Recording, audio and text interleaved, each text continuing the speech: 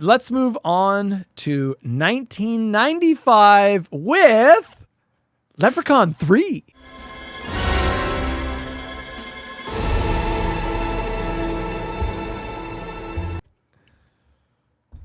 Based on your shit-eating grin over there, you weirdly like this one. Mark, this movie fucking sucks. This movie's 6.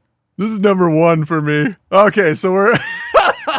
Way off. No. You're out to lunch. No. I didn't think I was going to get heated. I'm about to get heated.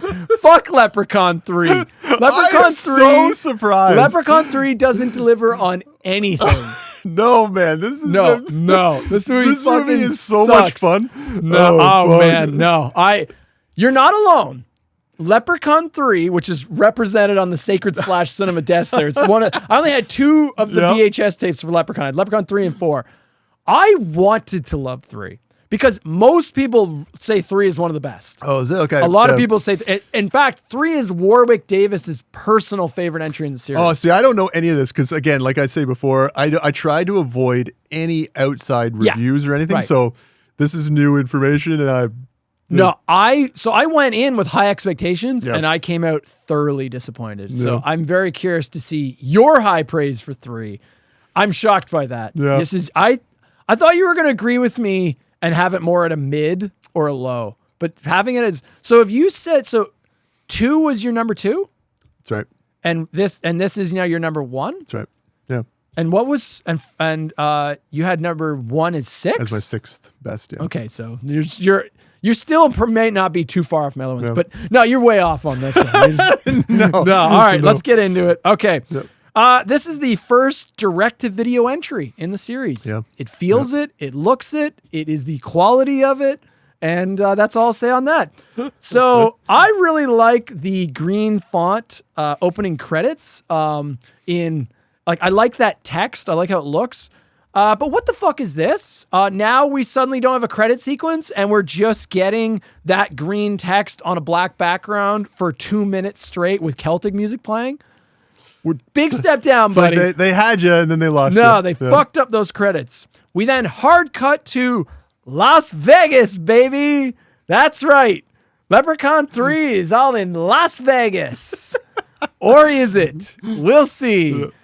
So it opens with a mysterious man with a hook hand, an eye patch, and a limp walking into a pawn shop dragging a large sack, desperate for gas money to get out of the area. Inside the sack is a huge pewter-like statue of the leprechaun with a fancy medallion around its neck.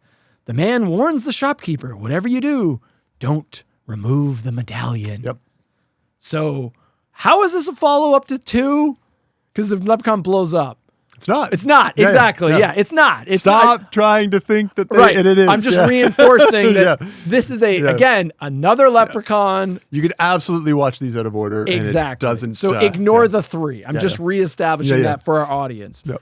So the pawnbroker gives him $20. How generous. And sends him on his way.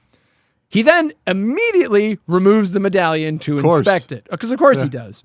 Which reanimates the leprechaun statue, who then springs to life and attacks him. But the man holds up the medallion, causing the leprechaun to shrink away in fear and flee, leaving behind a single gold coin. Cut to some hot chick with a broke down car on the side of the road. This is Tammy, one of our new protagonists. Mm-hmm. Stunned by her beauty, our protagonist, Scott, pulls over to assist her. She begs him for a ride to work, and he happily agrees. Cut back to the pawn shop where the owner boots up a CD-ROM, which, for our young listeners, back before there was YouTube and you could just find any video of anything and all the information was available, they used to have these things called CD-ROMs. That's right. And they were kind of like encyclopedias on disc. Yep. And they would give you facts about things. So he puts in a CD-ROM about legends and folklore. Very convenient. Again, and he searches specifically leprechauns, and then it reveals some backstory of like how the leprechaun works and all that shit. They give you some of the lore, the new lore. Meanwhile, the leprechaun is counting his gold and realizes he's 1 coin short. Yep. Just like in the original one, which we did. I don't even think we really touched on that in the first one. That's kind of like the plot point of the Leprechaun attacking them is he's trying to get his goal. You know what? Now that I think about it, I think we went through the entire plot of Leprechaun 1 and didn't mention the whole reason. The reason he's attacking them is because Ozzy stupidly swallowed the coin and the Leprechaun just wants his gold back. And then, well, remember they also left one at the guy that was appraising it for them. Right, but the Leprechaun got that one back. Yeah. But it's always the idea that his gold collection is one short. Yeah. Right. Somebody has one, and he's got to get it back. Yeah. Lame. I don't disagree with that. While driving her to work, Scott learns Tammy is a magician's assistant at one of the casinos, and Scott is driving through Las Vegas on his way to Los Angeles for college. Yeah. Sure. He's going to Los Angeles. Yeah, that's what I think of when I think of college. The prestigious Los Angeles college schools. Sure. Not trying to be an actor. He's just going there for college. We then cut back to the shopkeeper, and it's really fucking awkward and annoying how they do this. For the first 30 minutes of this runtime, they keep cutting back and forth between the Leprechaun and the shopkeeper and Tammy and Scott. Their little battle goes on a little too long. Right. Yeah. But it's so awkward. It's like, just let one of these scenes play out and finish, then go to the other scene. But instead, it's like halfway through this scene, we cut back to Tammy and Scott. Then halfway through that scene, we cut back to the shopkeeper and the Leprechaun. And it just keeps going back and forth. And it doesn't really matter that we get the sense that they're happening at the same time. It doesn't matter. It doesn't matter at all. You could have just played out. All the shopkeeper shit should have played out. Then we get the Scott and Tammy thing. Then it connects later on. So Scott drops Tammy off at her work. The casino is called the Lucky Shamrock. Fuck you. Then Scott suddenly bugs Tammy to sneak him into a real casino because he's never been inside one and he's not 21. Yeah, he's not old enough yet. Yep. But she agrees as long as he's quick. And I like this motivation comes out of absolutely nowhere. Because first Scott's like, oh, hot chick, I'll pick her up. And then he's like, you work at a casino? Yeah. I've never been in one before. Would you take me in a casino? Like, it's my dream. And he becomes immediately addicted to gambling. He becomes immediately enamored by a fucking casino. Yeah. Like, okay. Life-ruiningly altered Meanwhile, addiction. Back at the pawn shop, the owner and the Leprechaun are still doing battle in what feels like the third act showdown of any other horror film. Like, they fucked this up. You're right. It goes on too long. So it's 24 minutes in and he's still fighting him. Yeah, but it feels like this is what feels like a third act fight. Yeah. Like, normally, when the Leprechaun just kills the first couple victims, it's like a 5-minute scene, 10-minute scene. This all should have been resolved before the title card. This could have been, could have been the opening. Yeah, it's almost like it's just not a great film. It's almost like it just has major problems that they just weren't really assembled right, Mark? Yeah, it's got one thing that does it. Okay, I can't wait to hear what that is. I happened to catch this is nitpicky, but there's a really bad out of focus shot. I don't know if you caught this. It's like it's during the pawn shop shit. At one point, the pawn shop owner like goes into hiding, and the Leprechaun. It's a close up shot of the Leprechaun. He walks up to the camera. And he's completely out of focus. So either Warwick Davis missed his mark or the camera guy just completely fucked up. But I'm shocked they left it in the movie. They just left it in. And it just looks bad. Yeah. I want me shilling.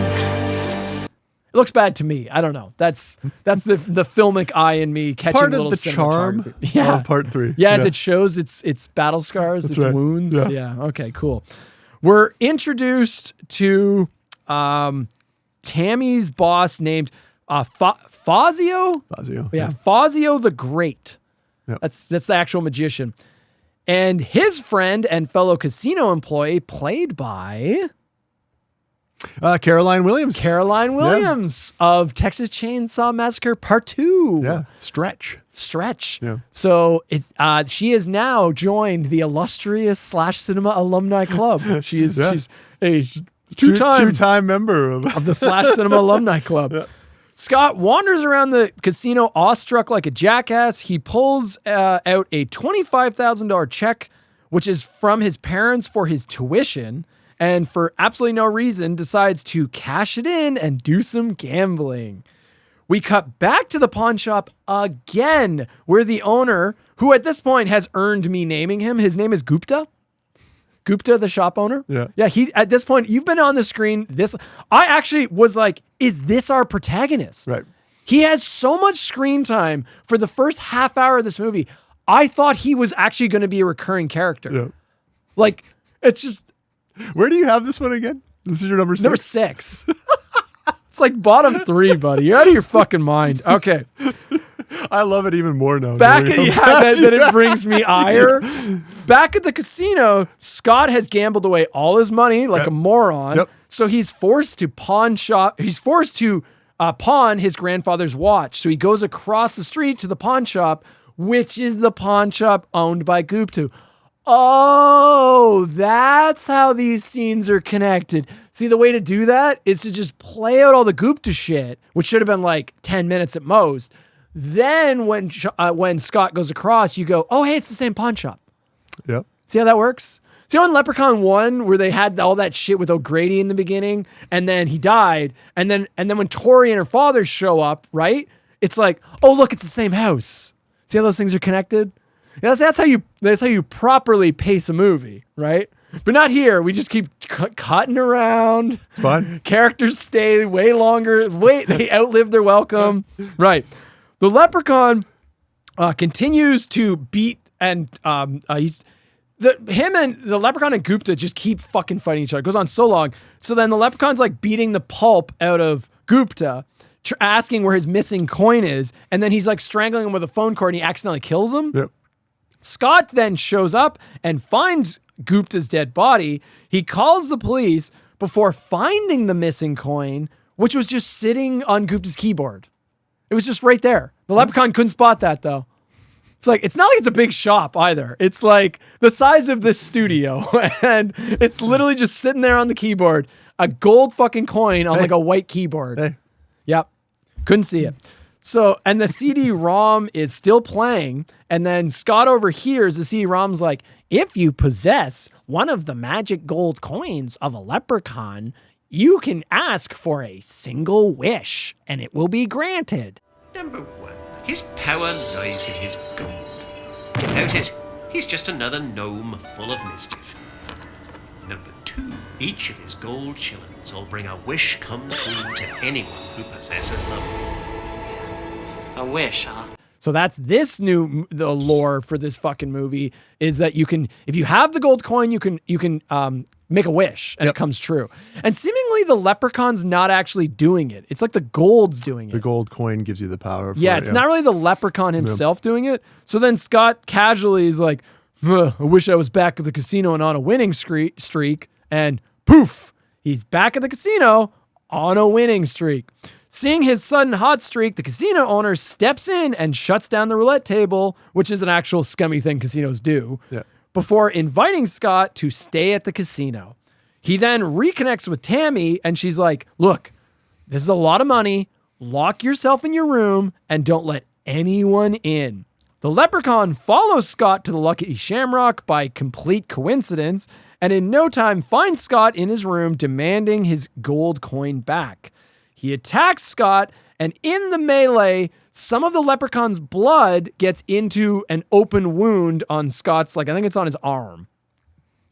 What follows is a mix of the Leprechaun interacting with random casino staff, fucking with some, killing others, all while pursuing Scott, Tammy, and his missing gold coin, Scott slowly turning into a were-leprechaun, culminating in a final showdown of Leprechaun versus were-leprechaun. Oh, I love it. The movie's not good, man. It's not good. You know what? I gotta say, I'm very surprised that you don't love this. Okay, I'll tell you why in one sentence. This is Friday the 13th, Part 8, Jason Takes Manhattan. No. Yes. Oh, no. Yes, it is. No. Because it's like we're in Las Vegas, baby. We're gonna be doing some high rolling and it's gonna be some but they have no money. So what you get is you get a single shitty casino set, which looks like crap. The casino set in this movie looks like, do you remember? I think it's season 1. I think it's a season 1, the worst season of Star Trek, The Next Generation, TNG. Right. Do you remember the episode where they get like stuck in this time loop, and it's like they're stuck in a casino set and they can't leave it? Do you remember this episode? Yeah. And it's because they had no money, so they're like, oh, we had a casino set, so it's probably this casino set. They probably took this casino set and used it. Just put it in. But it's just a generic, bland casino set. Like they didn't have much money for the production design. All the machines are just cheap looking. Like if you took like Vegas Vacation, which is like debatably the worst of the fucking vacation movies. Correct. Yep. Right? Those look like actual casinos. Like they actually filmed in Las Vegas. This doesn't look like that. It's not that bad. It's pretty bad. It's very bland and generic. It's not like you went down to the flea market and got like an old roulette I'm not wheel. convinced they didn't do that. And I'm also not convinced you and I couldn't make our own a better casino set. Bart Simpson's casino in his treehouse looks better than the set of fucking Leprechaun 3, okay? Yeah. And this is where the movie lies to you. Because the movie is like, we're in Las Vegas. We're really gonna, and this is why it broke my heart. I saw that fucking cover. That cover right there, that like with the leprechaun like hovering over Las Vegas, and I'm like, oh, cool. They're gonna go all out, but they have no money. They have no money. Yeah. So what you get is Jason Takes Manhattan, where literally the leprechaun walks the strip for like fucking 2 minutes. And that's it. That's all they could afford, and they didn't even have permits for most of those shots. So you have little shots of him walking around, and then that's it. And then it's just a bad set. Yeah, I guess the difference is that knowing that this is the first theme movie in the franchise, right? We're going to see a few of these. This is the Leprechaun in Vegas entry. It wasn't as, I didn't care so much that the Vegas piece didn't shine through as much as maybe you were expecting it to, right? I didn't need this to be casino, right? Okay, they're in Vegas. But then why even have it? It's the goofy thing that they're tying to this one. I mean, it looks.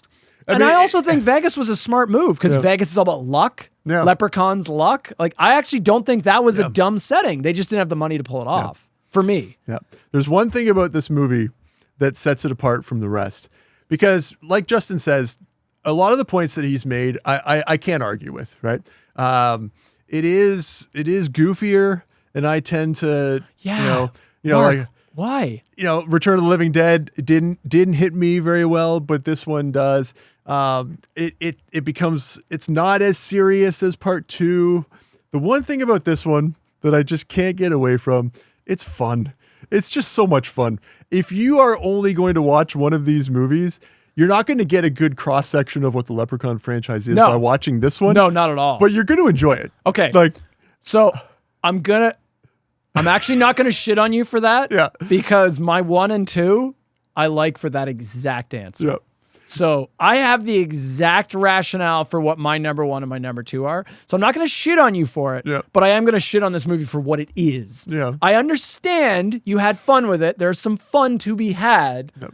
But that fun didn't click with me. So then I'm just left with what is this movie? I love the characters that were in this. I thought they're all detestable individuals, right? One of the things that I thought was great was I don't think you like this, but when you get one of the coins, you get to make a wish. They all make terrible wishes that are very self-serving and nobody cares about anybody else. You've got Cody, who just wants to be rich and famous. You've got, I can't remember what her name is, but Caroline Williams, who wishes she were young again and had a buxom body so that she can be the magician's assistant. You've got and then that turns into her death because then the leprechaun just overinflates her and then she just blows up. You got the casino owner Mitch, I think his name is. Yeah. I think it's Mitch. Yeah, Mitch. Casino owner Mitch. Who only his wish is to get with one of the he wants to fuck he wants to fuck Tammy. That's right. Yeah. Like just awful people, but just in the funniest way. Like, so what's funny is what you're saying. You're like, oh, I like how it just bounces around. Yeah, I hate that it just bounces around because there's no real plot here. Oh yeah, it's just we're in a casino. We never leave this crappy set, and we have a bunch of characters, none of whom you're going to care for. Tammy sucks. Scott sucks. Was it Scott? Yeah, I forget their names. They're just nothing. And there's so much screen time of other characters. Like Gupta is like fucking half an hour of the runtime is this random shopkeeper. Yes, I'm wanting to discuss things with you. For instance? I want to negotiate. I'm for giving you this medallion, which you are terribly, terribly afraid of, for half your gold. Half me gold for a worthless medallion? This is my final offer. You are taking it or leaving it. You got a deal, lad. Tammy and Scott, they don't even feel like the main protagonists. Because the casino staff is given so much fucking screen time. And I get that you liked that you had all these scummy characters and they're all just doing stupid shit. For me, it was awful because you're not giving me anyone to connect to, so you're just jumping around and I don't care about any of these characters. I shouldn't like this one as much as I do.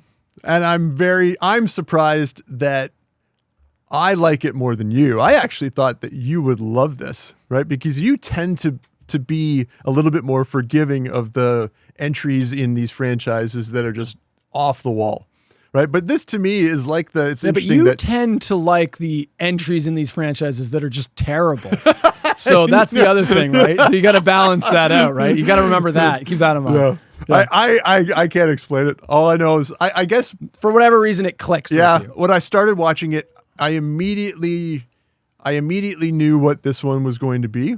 And I think you were probably expecting it to be something else. And by the time you realized it wasn't going to be what you realized wanted. Immediately. The first 30 minutes, we're just bouncing around and we're getting Gupta fighting the Leprechaun. And I'm like, oh, okay, so we got no plot and it's 30 minutes in and there's no Vegas. I'm like, what is the Vegas? Like,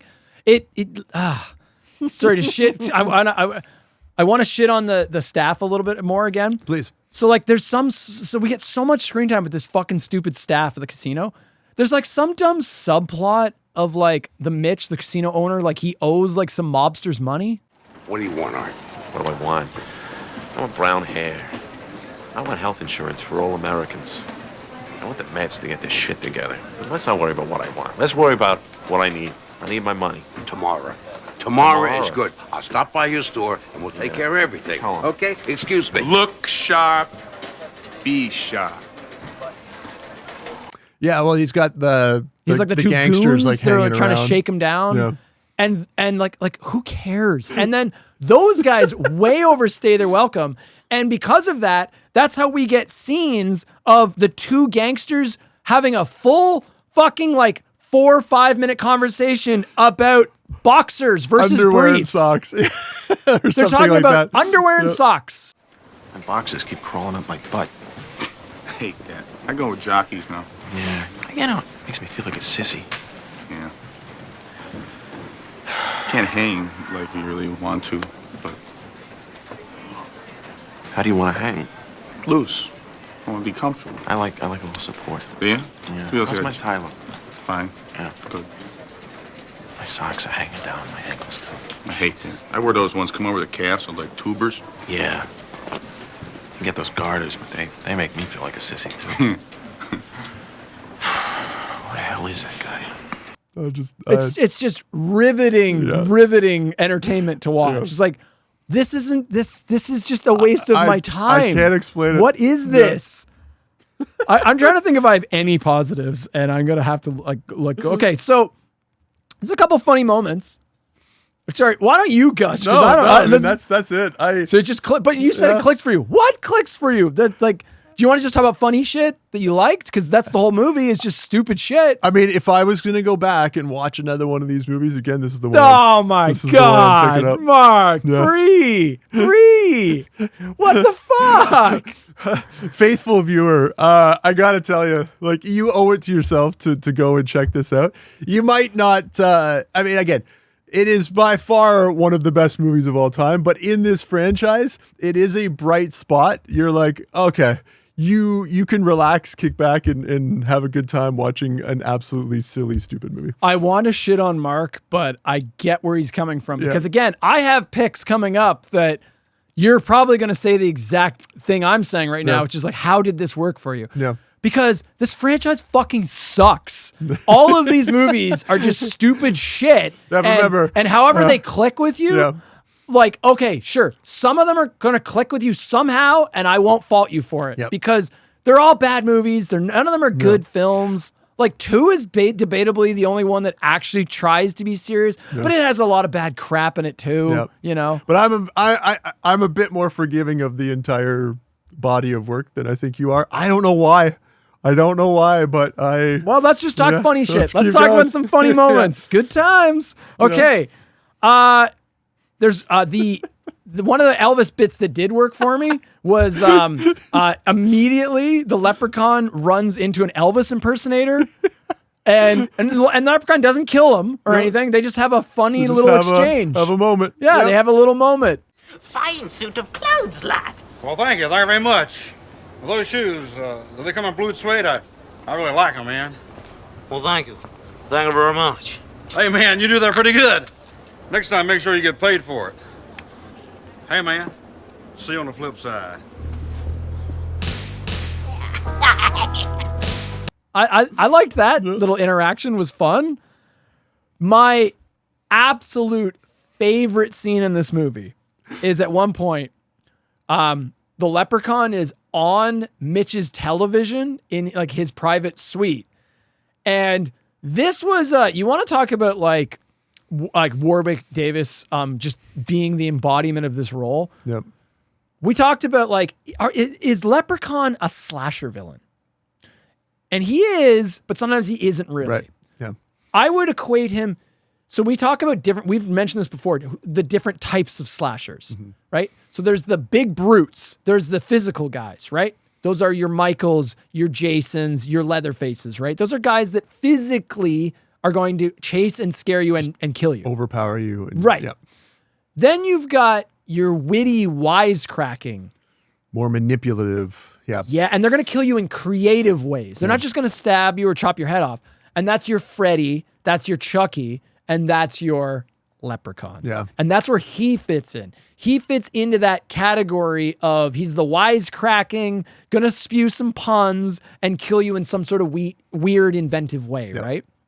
So this scene gives Warwick Davis, like, this is probably the perfect use of, it shows like his range as a comedic actor, where he gets a chance to go all in for a moment and they really let him do it. So he's on Mitch's television screen and he's doing impersonations as the Leprechaun of various TV like infomercial personalities from that time. So he's like a preacher. And then at one point he's like one of those psychic like phone number call-ins.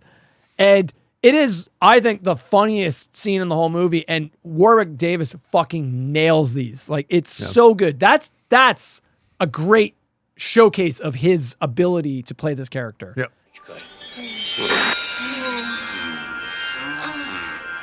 The signs point to a tragedy about to happen. Casino owner dies. The bed of lies. Whoa. That was my name, right? Yes. Oh shit. Okay. What's happening here? You'll get what's due when I electrocute you.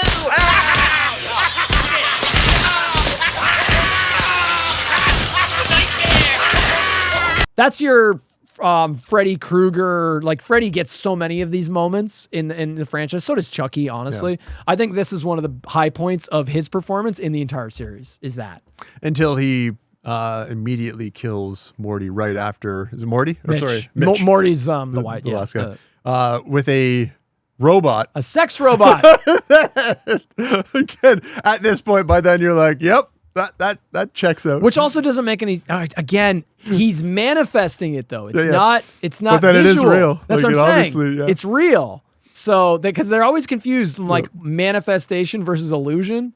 he can show you illusions, but they're actually real. Yep. So that's not actually an illusion. That's actually real. He's just making things. Yeah. And I don't understand. And also, I don't like this version of Leprechaun where he has all the powers. Yeah. To me, he's a little too powerful in this. Like, I don't like he can do anything. He can manifest. Like, you just... One of the things I do like about this one is that he is not necessarily the primary villain because, again, the characters themselves are just terrible people. So they're almost at odds with each other sometimes, right? You've got Scott and what's her name? Tammy, who are kind of at odds with the casino owner Mitch. and Fazio. Yeah. The casino's crooked. Yeah. They show Caroline Williams. Right. The reason Scott lost all his money is Caroline Williams was rigging the roulette table. That's right.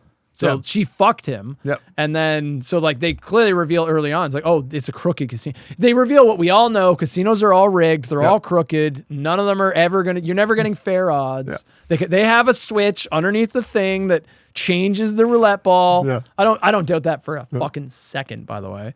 So, I just like the idea that for once it wasn't everybody versus the primary antagonist. The primary antagonist, he's almost just kind of there watching them destroy themselves. And then he kind of steps in to finish the job. But no, I thought it was a great, an interesting way to kind of change up the traditional design of these movies where it's one versus all, right? Did you like the new lore? So we get new lore. There's like a medallion. Yeah, and if you put it over... If you put the medallion over the leprechaun, he turns into a statue. I find the mechanism to be a little awkward, but I did like it, and they repeat this. The medallion comes back. Yeah, the medallion definitely comes back. I didn't mind the medallion. I don't mind a MacGuffin type thing. Was it? Is that the right word I'm looking for? What's the word I'm looking for? I mean, a MacGuffin is normally just something that people are after. I don't know what this would be. Chekhov's gun? No, that's a different. I didn't mind that's the showing thing. something early that you that later has a payoff. Yeah. I don't mind. It does. In this one, it actually doesn't have the payoff. Funny enough, No. They introduce it, but that's not even how they defeat him. No, But what did you think of the? So you like the new lore of if you have a coin, it gives you a wish. I just thought it was interesting. It gave us a little bit more characterization for the characters that we were following because you get to see. Like their inner desires. That's right. Something about them, and every one of them wishes for something terrible, right? Like not a single one of that. So I could see that point. I think in a smarter movie, it could have been done better. Sure. Oh, I think a smarter film would have like you said, a smarter film would have just been the leprechaun almost observing what happens when his power kind of goes to a group and watching them tear each other apart. Yeah. Maybe something like that. But not this movie. It's not not not this one. Yeah, it's not this one. Yeah. So the new lore, if you have the coin, you get a wish. But then if the coin is taken from you, then the wish fades. And then obviously the next person gets to make one, their right? wish. Right. Yeah. Yeah. And then they also introduced the lore that if you destroy the gold, that kills the leprechaun. That's how they kill the leprechaun in this one. So the ending is, okay, well, before we get to that, what do you think of the were-leprechaun? Was this necessary? It never paid off. No. Like, I don't... It's just a dumb gimmick. At first, it was like, oh, interesting. Is this how they create new leprechauns? But he never really... No. It's almost like they had this idea, but then realized, oh, we don't have what it takes to kind of see this out. Right. So but we've already filmed those scenes, so I guess he's got to stay like that for the rest of the movie. Yeah, so like Scott and the leprechaun have like a blood exchange, and then now he's slowly turning into a leprechaun. Yeah. So like it starts out simple. He starts like having he starts having cravings for potatoes. Yeah. And then he starts talking this annoying Irish accent. Yeah. There once was a lady of Totten, whose tastes grew perverted and rotten. She cared not for steaks or for pastries and cakes, but lived upon penis au gratin. And it's just, yeah, it's kind of grating. I would say it's the one thing that if I had to take something out, well, mainly because they just don't do anything with it. Because it doesn't have a payoff. Yeah. And then he slowly is turning into a leprechaun. Yeah. So they do like prosthetic work, and like he's got like hair, bits of hair coming out of him. And then he even gets some of the leprechaun's magic at one point. Did you catch this? Yeah. Yeah, he has a bit of the telekinesis. Yeah. So they kind of have like a leprechaun versus were-leprechaun fight at the end. But ultimately, how they kill the leprechaun is they learn like, oh, if you destroy the gold, it'll kill the leprechaun. So they sets him on fire as they well. burn right? the Yeah. gold, and yet another good leprechaun death. The Yeah. leprechaun bursts into flames and burns to death. Yeah. And they melt the gold, and then that magically just reverts Scott. Yeah. So then why even do the leprechaun thing? I It just feel doesn't like pay off. I feel like that was probably a mistake that they were stuck with. You know, Yeah. they committed to it and then couldn't get out of it. Anything else you want to gush about? I don't have anything else. No, again, just to remind everyone, like that Mark's an idiot. I know and don't take everything he says with a grain of salt. I don't even understand myself why. I'm not shitting on you because a lot of people like 3. Yeah. A lot of I'm in the I think I'm on in the minority on 3, but I also don't give a fuck what Leprechaun fans think of which ones are the best and the worst. I got a kick out of watching these idiot characters run around and basically just screw themselves over. My only extra thing I'm going to mention, there is a very funny shot when the leprechaun goes to attack Scott in his room and he kicks the leprechaun out the window and it turns into, it's a really bad dummy. Yeah. It's a really bad dummy shot for a second. Yeah. Gotta love a bad dummy shot. I mean, yeah. And it's totally fitting in this movie, right? Yeah. Like, yeah. Fair enough. Yep. Because the humor doesn't land for me, I'm only left with what it is as a film, and what it is as a film is awful. Yeah. But because the humor lands for you, I can see your point. Yep. Vegas!